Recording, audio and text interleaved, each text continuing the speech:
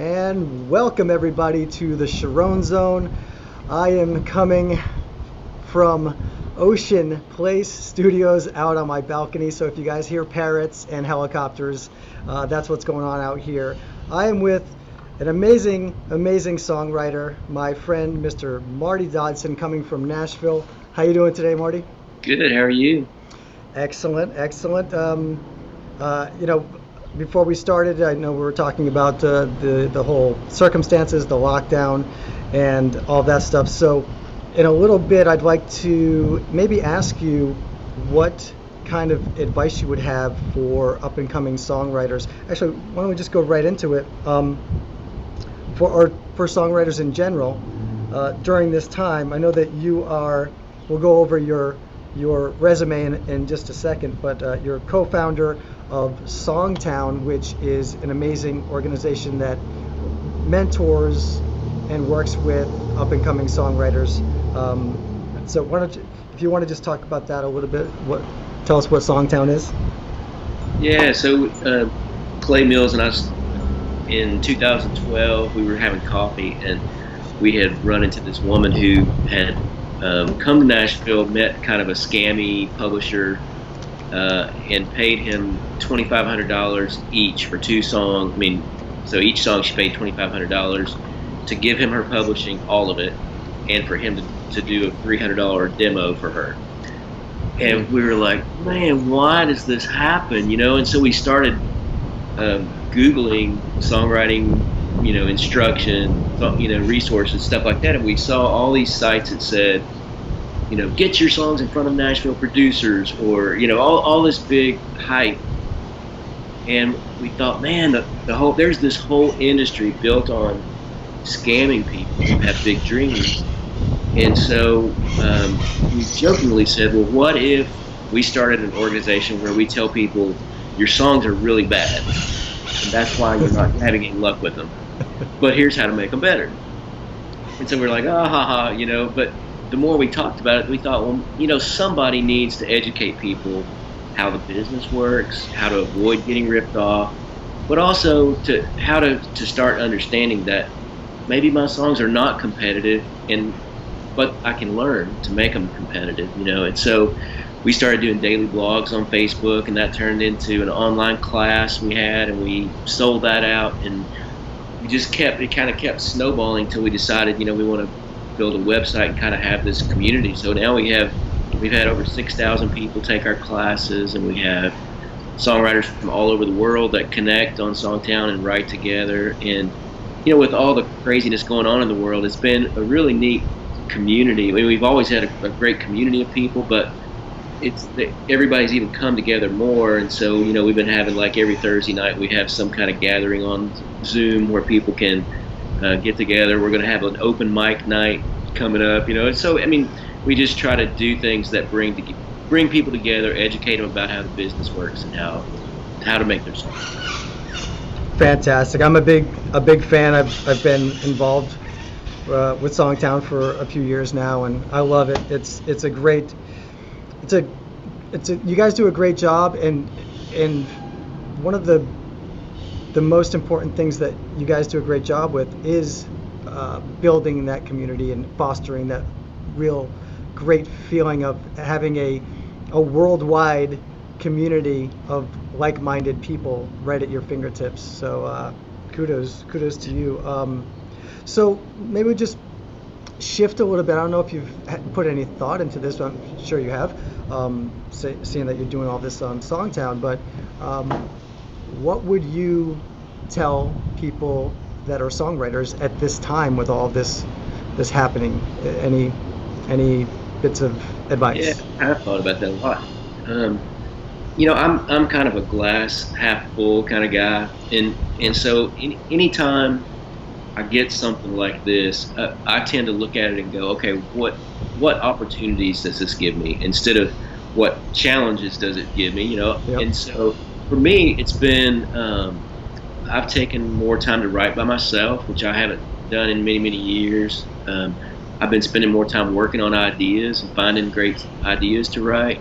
But I've also started reaching out. I was kind of in a rut of writing with the same group of people, and this has caused me to go, I haven't seen this person in a long time. Let me connect with them and write with them by Zoom or something, or Skype or something. And so I've reconnected with some people, and so I'm just using, I've got a lot of time on my hands, so I'm just trying to use that every day to advance my songwriting somehow, But I mean, and another thing too is I think a lot of the record label people and artists and those kind of people are home and are listening to more songs than ever because they have time. They're not distracted by the other things of their job. So some of those people have been saying, "Hey, send me songs," and I'm home listening to stuff. So I think it probably gives more people chances to get their songs heard.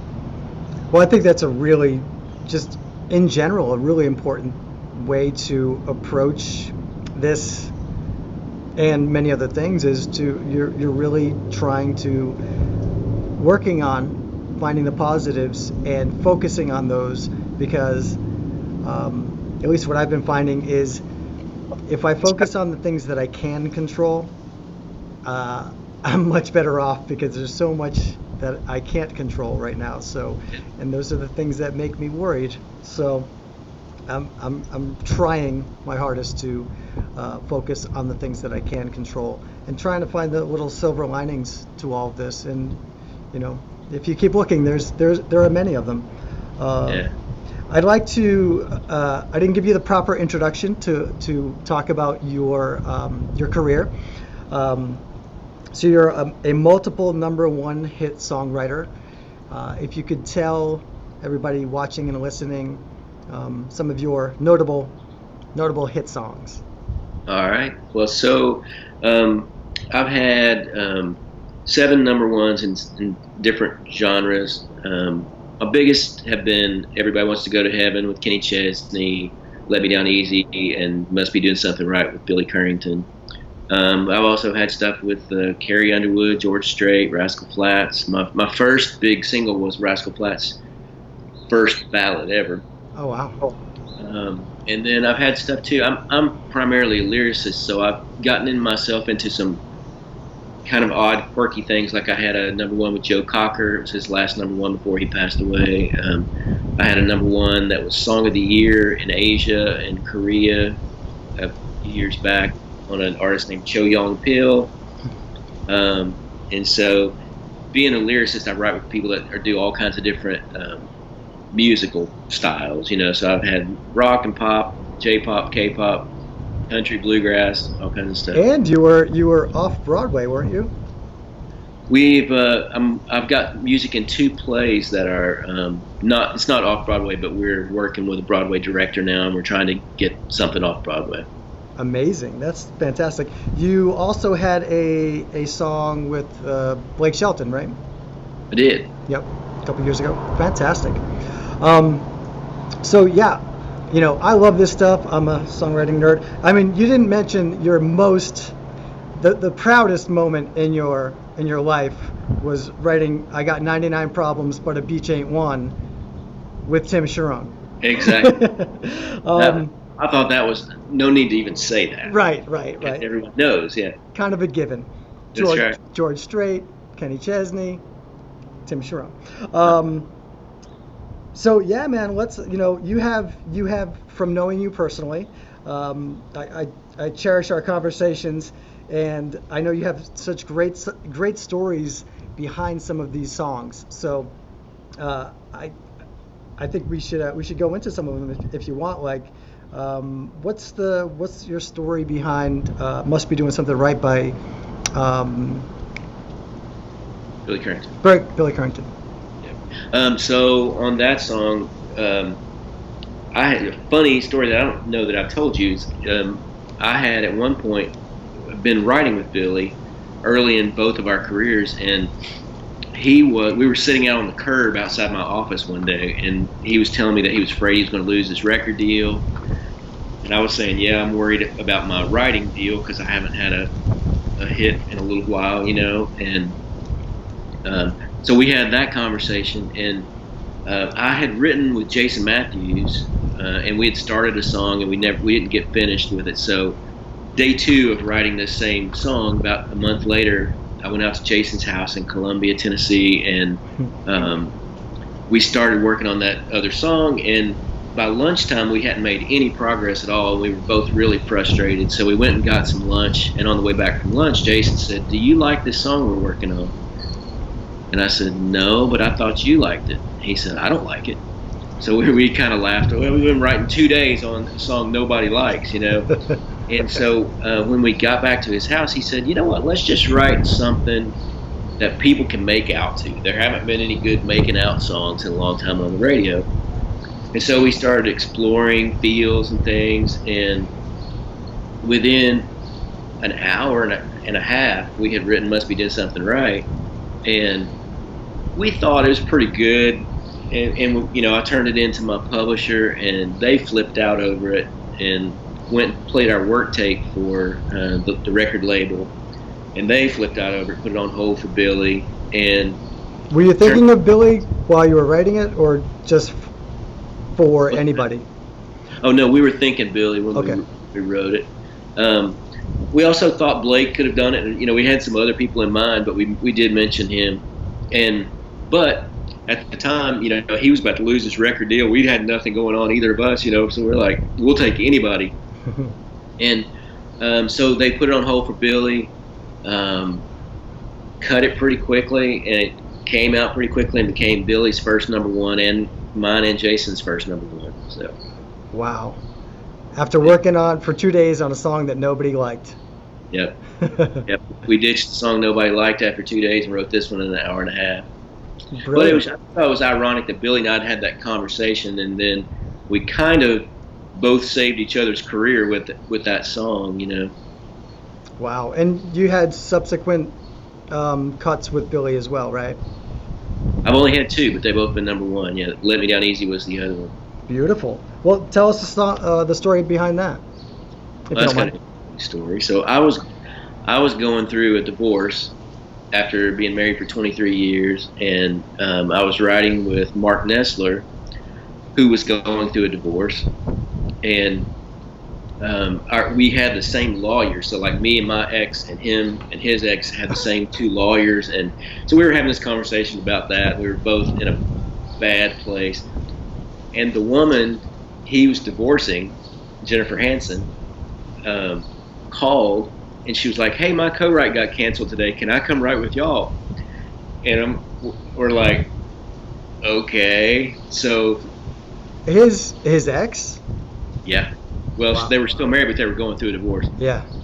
And so, and we had written a lot before their divorce, So, but I'm like, okay, this is going to be a great day, right? With 2 people voicing each other while I'm going through a divorce.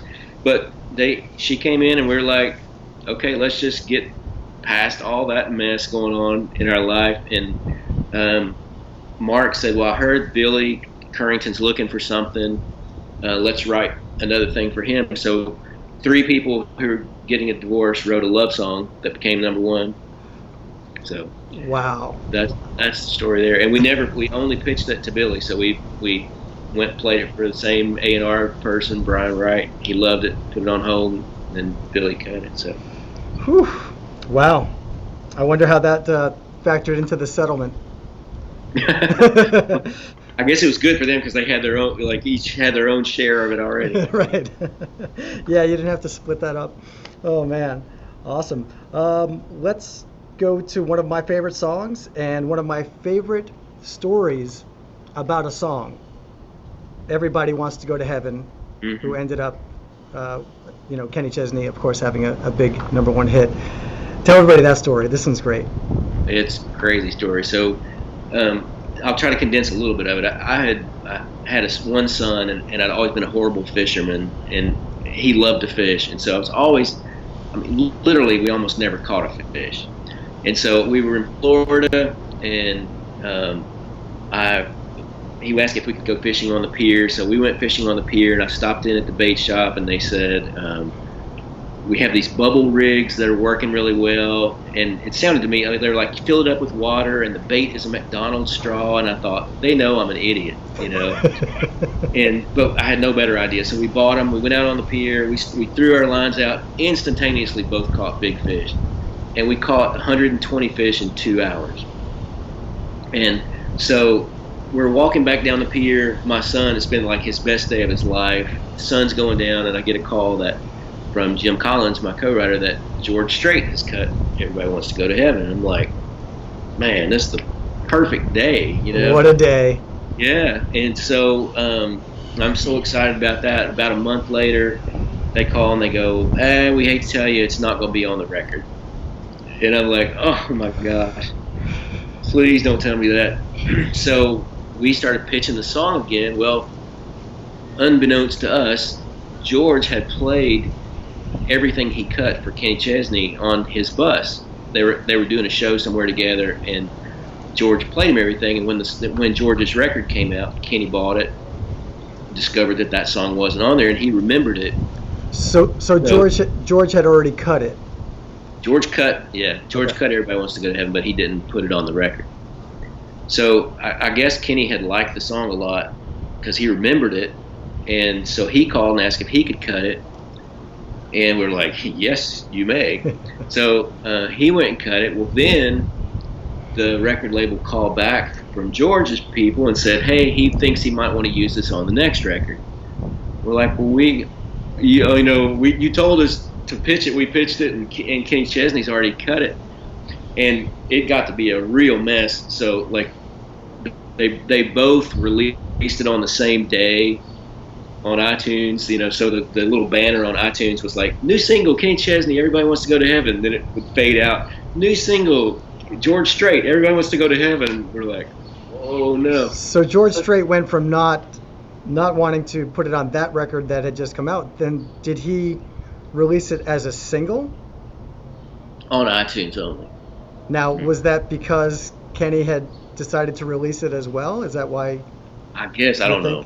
I mean, I don't know. That's I think crazy. I think he was irritated that Kenny cut it. There must have been a miscommunication somewhere with his people, because I think probably they weren't supposed to tell us to pitch it. Somebody told us to go ahead and pitch it, so crazy Wow. story. But so it wound up being number one on Kenny, which was a good thing. Absolutely. Well, when you have two titans of the music industry fighting over your song, you must be doing something right. There are worse problems to have. Yes, exactly. Very cool. Do you have any other songs that you want to go over, that you have stories for? But there's one that might be of interest. The song that Joe Cocker cut was, I wrote with I was writing for a Canadian publishing company called Olay at the time, and they said, we want you to write with this artist. His name's Johnny Reed, and he's Canadian. That's all I really knew. So I just show up. At the time, they weren't even letting you, like, some Canadian artists, you couldn't even find him on YouTube, so I couldn't even find any of his music to listen to. So he shows up, and he's got this very thick Scottish accent. I'm like, I thought you're Canadian. And he's like, well, I live in Canada, but, I guess it's from Scotland. And he said, I brought this other guy. So he brings this other guy, Alan Frew, and he had a very thick Scottish accent. And I'm like, what is going on here? So Johnny, Johnny's probably the easiest artist I've ever written with, other than Tim Charron, obviously. But he came in and he goes, I need this kind of song for my record. I need like a show opener, big song for my record. And I've got this thing kind of started. He's kind of mumbling, fire it up, blah, blah, fire it up. He said, I just want something to get the crowd fired up. And so we wrote this song, and Johnny, the whole way, he'd be like, no, that's not my audience. My audience is this. We need to say this, and we just made it. Like, we probably wrote it in an hour again. And so they leave. So I find out later that Alan's the lead singer for a band called Glass Tiger that had some big hits. They were big in Canada, but I can't remember the name of it, but they had a big hit in the U.S. as well. So he's a big deal. And find out Johnny is like the top touring artist in Canada. And so Johnny wound up cutting the song, put it out. It was number one for him in Canada. and he kind of sounds like Joe Cocker. So someone in the camp was like, we ought to send this to Joe Cocker's people, just, because he sounds like that, And in fact, I've sometimes played both versions for people, and they pick Johnny as Joe Cocker. They think Johnny's Joe Cocker instead of Joe Cocker. Wow.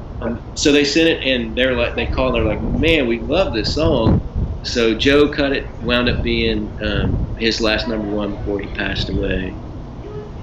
And then another quirky story is I played one time at the Bluebird, and this guy comes up afterward and introduced himself and said, I'm in a band and would love to write with you. I like your lyrics, and I'd love to write with you if you want to. And so it was Tom Higginson from the Plain White Tees. And so I wound up writing a couple songs. He would come over to my office, like he'd give me 1 day's notice or something, and go, I'm going to be in town tomorrow.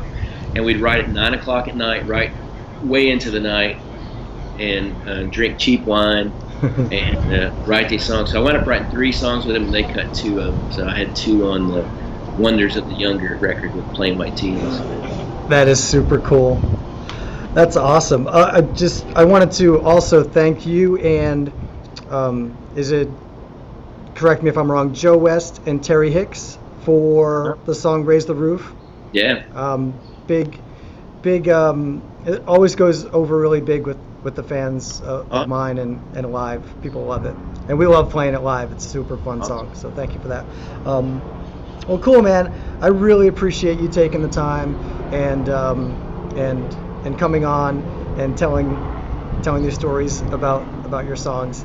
And let everybody know, listening and watching, let everybody know where they can find out about you and where they can find out about Songtown. Awesome. Well, you go to songtown.com and you can find out there, and we have a thing where you can give us your email and get 10 free videos, and that kind of gives you an idea of the instruction type stuff that we do. My email is marty@songtown.com. I'm Marty D Songs on Instagram, and my best Facebook page is Marty Dodson Songwriter. So you can follow me there, information about my writing and all that.